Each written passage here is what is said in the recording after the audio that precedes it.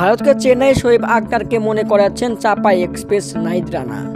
রাওয়ালপিন্ডির সেই রেকর্ড ভাঙতে মুখিয়ে আছেন নাহিদ রানা। আজ বৃহস্পতিবার শুরু হয়েছে বাংলাদেশ ভারত টেস্ট সিরিজের প্রথম টেস্ট।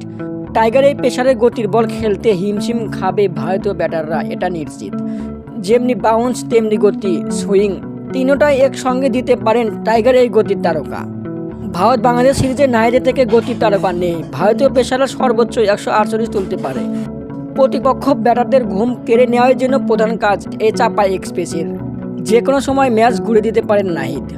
6 ফুট 2 ইঞ্চির বেশি লম্বা নাহিদকে নিয়ে আলাদাভাবে পরিকল্পনা করলেও কোনো কাজ হবে না। তার কারণ চেন্নাইয়ের লাল পিচে বাড়তি বাউন্স গতি তুলতে পারবে পেসাররা, এটা স্বাভাবিক।